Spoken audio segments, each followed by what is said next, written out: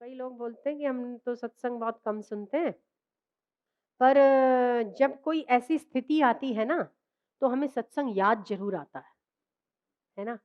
तो हम सोचते हैं कि चलिए अच्छा है, कहीं न कहीं तो वो अचेतन मन में डा जा तो रहा है, कहीं न कहीं अचेतन मन में काम तो कर रहा है।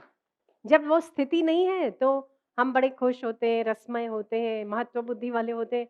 जब लगती ठोकर तो याद आता है, सुना तो था, ये कहीं सुना तो था।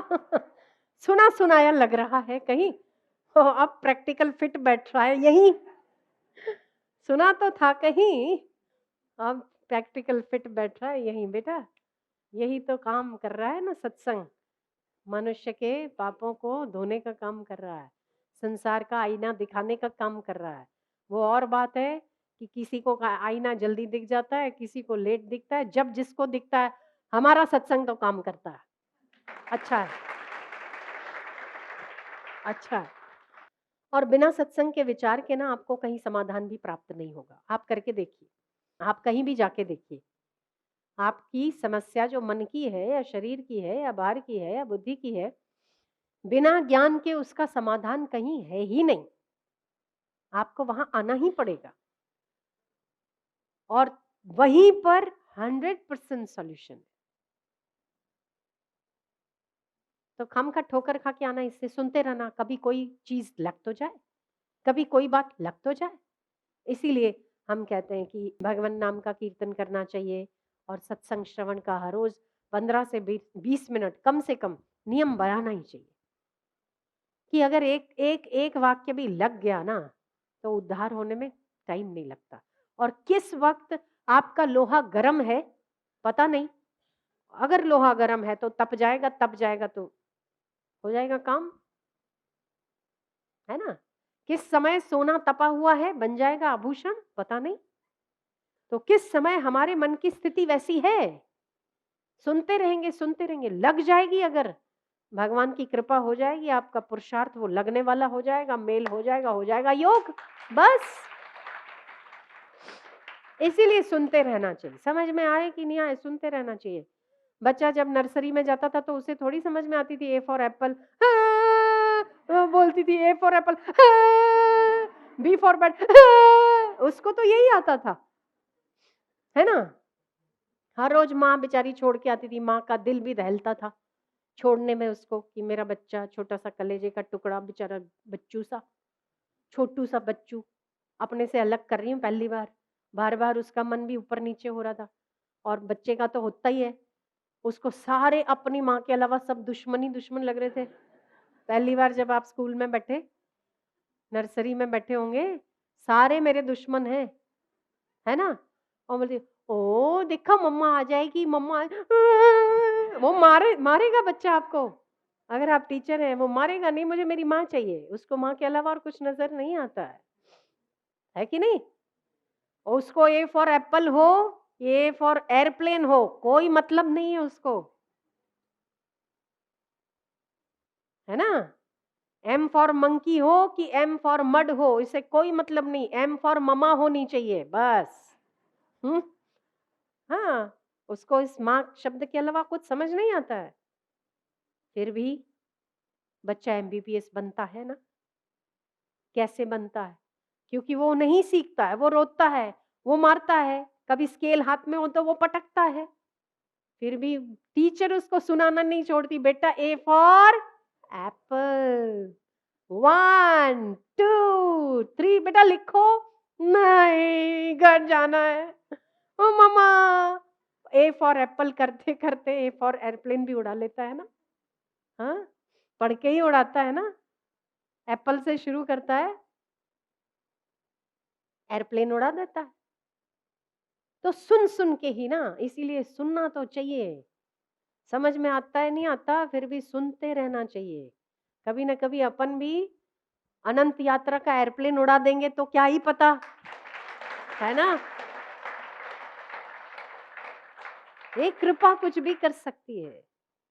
भगवान अधिक श्रवण से प्राप्त नहीं होता, भगवान किसी विद्वता से भी प्राप्त नहीं होता, भगवान किसी तपस्या से भी प्राप्त नहीं होता, अनेक अनेक यज्ञ करने से भी वो प्राप्त नहीं होता। सब कुछ छोड़ देने से भी प्राप्त नहीं होता और सब कुछ पकड़ लेने से भी प्राप्त नहीं होता। आगे पीछे ऊपर नीचे अग्नियां तपाने से भी परमात्मा प्राप्त नहीं होता। जिस पर वो कृपा कर देता है उसी को मिल जाता है। तो अब परमात्मा की कृपा के लिए तो उसके साधन तो करने ही पड़ेंगे। कब कृपा कर दे? रोज खटखट तो करनी पड़ती है ना, तब तो दरवाजा खुलेगा।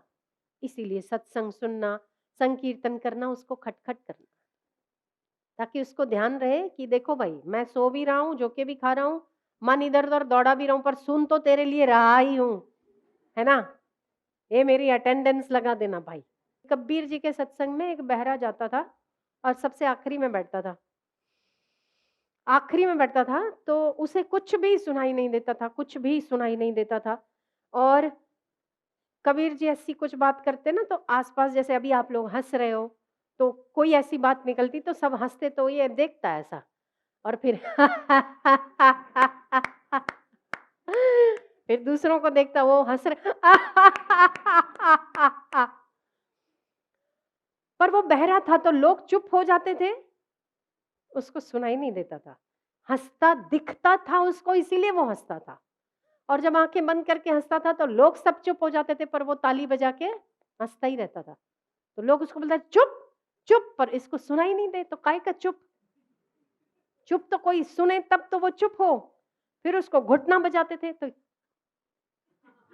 फिर देखता कोई हंस नहीं रहा है तो चुप हो जाता था। फिर कोई हंसता तो देखता एक बार कबीर जी को किसी ने कर दी कंप्लेन, क्योंकि वो सत्संग चालू होता तो भी ये हंसता रहता कभी कभी। तो कबीर जी को किसी ने कहा कि महाराज, ये है ना बहरा है, सुनता नहीं है, फिर भी सत्संग में आता है और डिस्टर्ब करता रहता है। कभी कभी तो अकेला अकेला हंसता रहता है, क्या पता इसको क्या दिमाग में आता है, पर ये सुनता कुछ भी नहीं। बोले कुछ तो सुनता होगा, बोले कुछ भी नहीं सुनता है। तो कबीर जी ने बुलाया उसको, बोले भाई, ये लोग ऐसा कह रहे हैं कि तुम्हें सुनाई नहीं दे रहा है।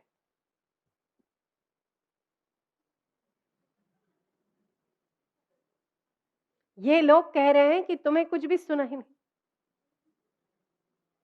वो तो अपना भाव में आ गया, कबीर जी ने आगे बुलाया, भाव में आ गया। कबीर जी को लगने लगा कि या भाव में इसीलिए नहीं सुन रहा। कबीर जी ने थोड़ा जोर से बोला, बोले तुम्हें सुनाई नहीं दे रहा है क्या? सुन रहे हो?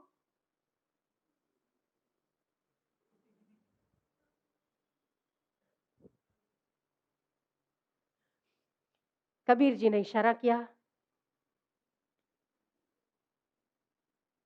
सुनाई नहीं देता। हे महाराज, सुनता नहीं, सुनता नहीं, कुछ सुनता नहीं मुझे। अच्छा, सुनता नहीं। ना। हाँ, तो आता क्यों? सुनता नहीं, आता क्यों? बोले महाराज, एक बात कहूं? हाँ कहो। इसीलिए तो जानने के लिए तो बुलाया। हम नहीं सुनता, पर वो तो सुनता है।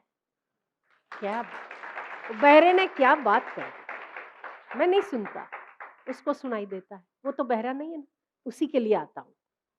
मुझे दिखाई कम देता है, पास वाला हंसता है तो मैं हंसता हूँ। आप दिखाई नहीं देते, दूर बैठता हूं तो। कमजोर आंखें हैं, मुझे दिखाई आप भी नहीं देते, पर मुझे लगता है कि मेरा परमात्मा को तो हजारों आंखें ना, वो तो देख रहा है ना कि मेरी खुशी के लिए सत्संग में तो जा रहा है। इसीलिए जा इसीलिए जाता हूँ, उसके लिए कर रहा हूँ। मुझे सुनाई नहीं देता, उसको सुनाई तो देता है। मुझे दिखाई नहीं देता, उसको दिखाई देता है। आप भी इसीलिए करिए, उसको ध्यान तो है आपका। इसीलिए करिए कि आपकी अटेंडेंस तो लग रही है कहीं। इसीलिए करिए कि भले आप नहीं देख रहे हो, पर वो तो देख रहा है।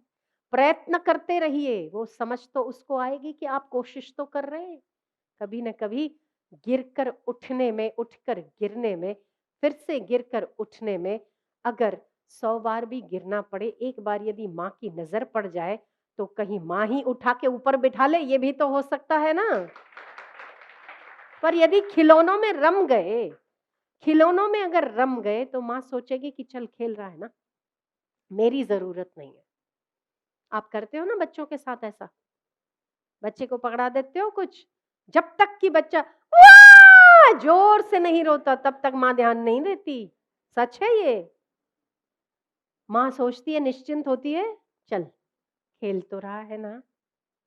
ऐसे भगवान ने ये सारे साधन खेलने के लिए बना डाले और खुद हो गया निश्चिंत। समझ रहे ना आप? बहुत होशियार है वो। तो निश्चिंत होगा कि चल खेलने के लिए दे दिया, मेरी जान तो नहीं खाएंगे ना, खेल तो रहे हैं ना।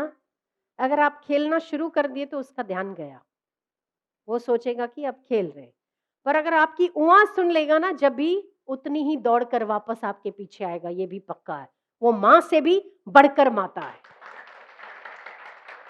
पर वो हमारे अंदर की तड़प हो, हमारे अंदर का लक्ष्य हो, तब सुनना है उसके लिए, गाना है उसके लिए, बोलना है उसके लिए, संयम भी उसके लिए, सदाचार भी उसके लिए। कहीं कुछ उसको पसंद आ जाए और वो उठा ले, और जब उठा ले, उसकी कृपा उठा लेती है, तो बाबा दुनिया में और किसी की कृपा की जरूरत ही क्या है।